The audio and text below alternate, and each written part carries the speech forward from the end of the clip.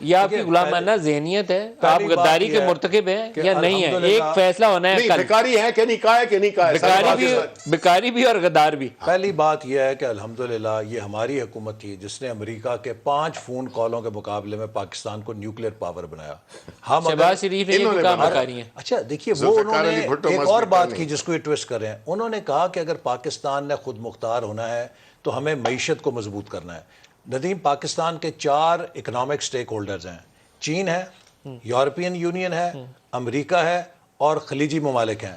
اس حکومت نے آتے ساتھ پہلے سی پیک کو برباد کر کے چین کو پیچھے کیا، پھر یورپین یونین کے ساتھ تعلقات داؤ پہ لگائے، پھر اب امریکہ کے ساتھ تعلقات داؤ پہ لگا دے اور خلیجی ممالک کے ساتھ بھی ہماری سرد مہری کر دی۔ مجھے بتائیں کہ غدار کون ہے کہ جو پاکستان کے اکنامک سٹیک ہولڈرز کے ساتھ پاکستان کے تعلقات سپریم کورٹ نے آپ کو ریلیف نہ دیا، آپ الیکشن لڑنے کے لیے نااہل ہیں۔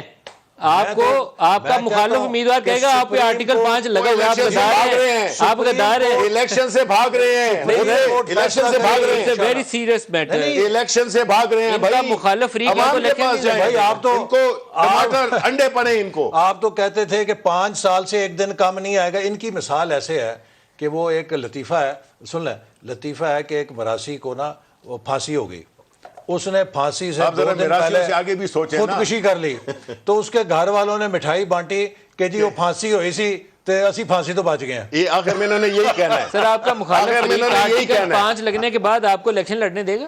دیکھیے آرٹیکل یہ تو ہمارے آپ پہ تو آرٹیکل 5 لگا ہوا ہے، آپ یہی تو الیکشن میں نہیں کہہ رہا لڑ ہوں، میں سکتے۔ چیف جسٹس سے ہماری آپ غداری کے مرتکب ہو چکے ہیں، چیف جسٹس سے یہ مطالبہ ہے کہ فیصلہ کریں کہ کیا ہم غدار ہیں یا ہم پہ جھوٹا الزام لگا ہائے لگائیں، یہ بھی اور جس نے جھوٹا الزام لگایا اس کو جیل میں ڈالیں، اور اگر آپ نے غداری کیا تو ڈی چوک میں ہمیں ڈی چوک میں پھانسی دیں۔ بالکل۔